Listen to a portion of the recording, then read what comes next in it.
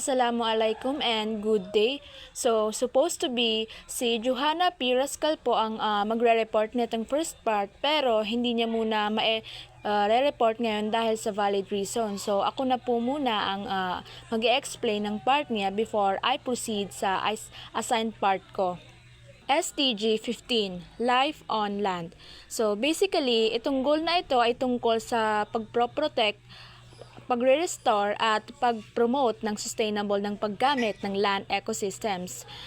Kasama dito ang pag-manage ng forests, paglabas sa deforestation, pag-prevent ng land degradation at pag-protect ng biodiversity. So in short, SDG 15 reminds us na kapag nasirang kalupaan at kalikasan, tayo rin ang unang maapektuhan. A flourishing life on land is very important kasi lahat tayo, humans and animals, ay part ng ecosystem ng planet na ito.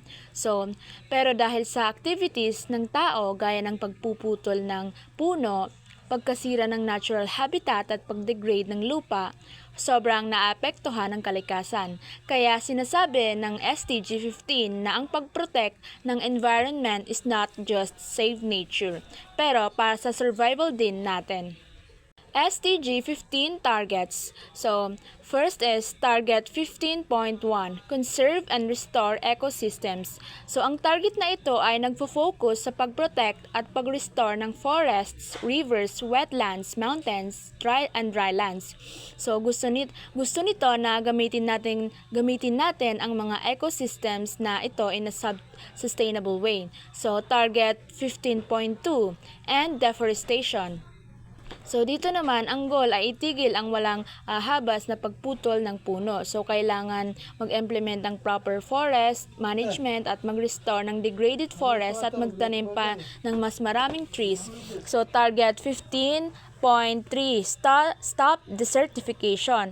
So, itong target ay tungkol sa pag-prevent ang pagbagsak ng kalidad ng lupa. So, yung nagiging dry at unproductive. So, kasama dito ang pag-restore ng damaged land at pag-manage ng droughts and floods. Target 15.4, protect mountain ecosystems. So, dito naman, gusto nitong protektahan ang mountains dahil dito nanggaling ang clean water sources, food at biodiversity. Kaya kailangan i-conserve ang mountain ecosystems. Target 15.5, protect biodiversity. So, dito, ang goal ay pigilan ang pagkawala ng biodiversity. So, kailangan nating protektahan ang natural habitats para hindi ma-extinct ang mga threatened species. So, target 15.6, fair sharing of genetic resources. So, ito naman ay tungkol sa fair and equal sharing kapag ginagamit ang genetic resources tulad ng seeds, plant varieties, o medicinal plants. So, dapat pantay ang benefits na makukuha ng mga bansa. So, target 15.7, stop poaching and wildlife trafficking.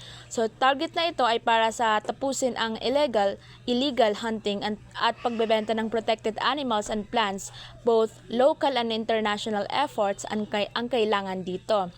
So, target 15.8, prevent invasive species. So, ito ay para mag-prevent ng pagpasok ng invasive alien species, yung mga halaman o hayop na galing sa ibang lugar na nakakasira ng local ecosystems. So, target 15.9, include biodiversity and government planning. So, gusto nitong siguraduhin na ang biodiversity at ecosystems values ay kasama sa government planning, development plans, at poverty reduction strategies. So, target 15.8, increase funding for biodiversity.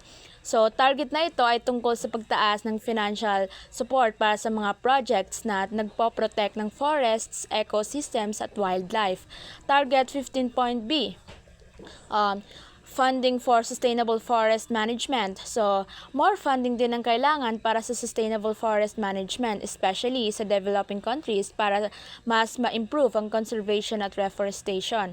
So, target 15.c, last one, fight wildlife crime. So, lastly, target 15.c aims na palakasin ang global support laban sa poaching at trafficking.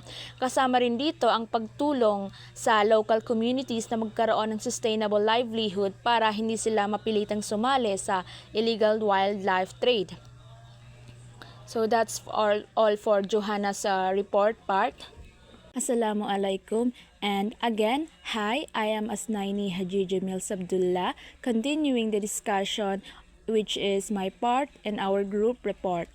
So, the global status of Sustainable Development Goal 15, also known as Life on Land.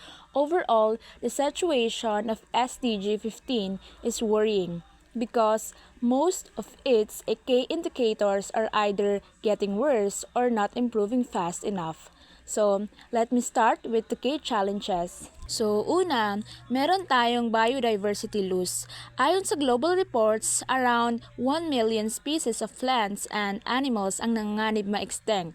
At yung Red List Index, which measures extinction risk, lumala ng 12% mula 1993 hanggang 2024. So, ibig sabihin, mas bumibilis bawat dekada ang pagdami ng endangered species.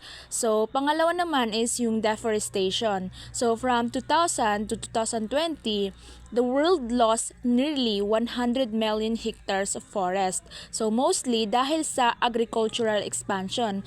At kung gusto talaga nating ma-achieve yung SDG 15, kailangang ma-reverse yung forest loss. Pero sa current rate, parang aabutin pa ng 25 years bago mangyari.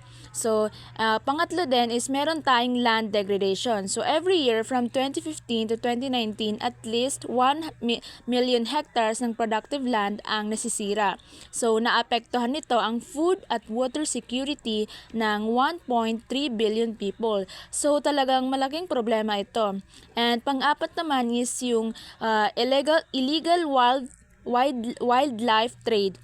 Patuloy pa rin ang poaching at trafficking, at dahil dito pati food production naapektuhan kasi kung mawawala ang pollinators like bees, billions of worth of crops are at risk.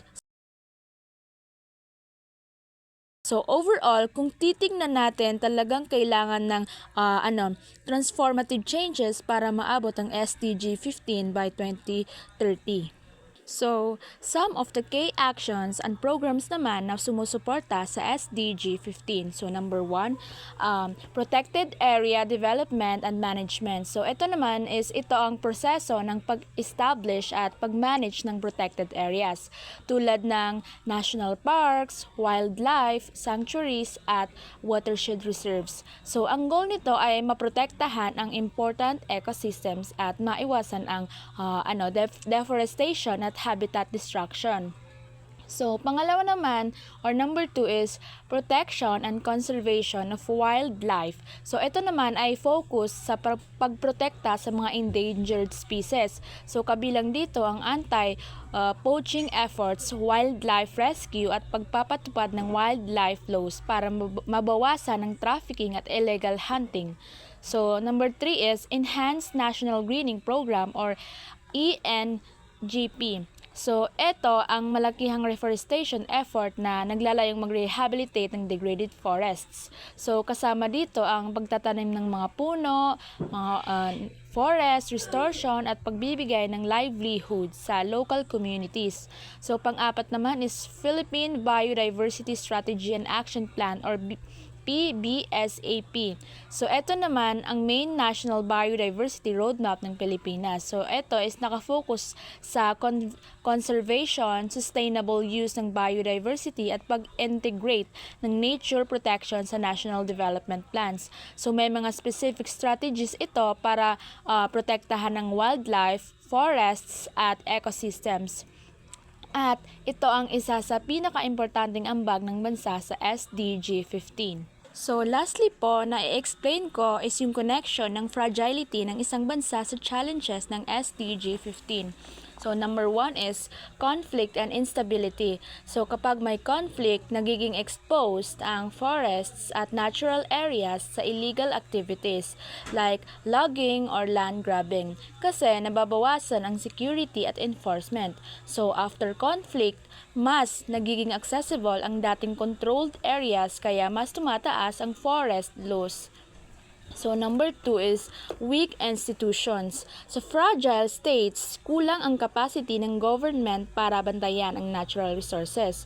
So, kulang sa rangers, monitoring systems at enforcement. enforcement. Kaya mas madaling lumaganap ang illegal wildlife trade at deforestation.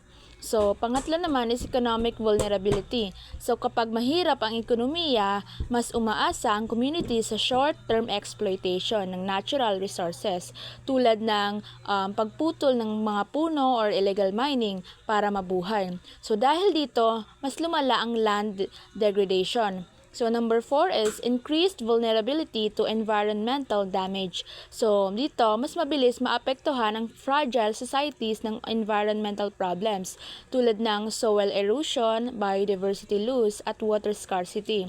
So, kapag nangyari ito, lalo pang tumataas ang poverty at crisis. So, number 5 is funding gap. So, karamihan sa fragile states ay kulang sa pondo para sa conservation. So, kapag walang sapat na budget, mahirap mag-invest sa training, infrastructure, research, at enforcement.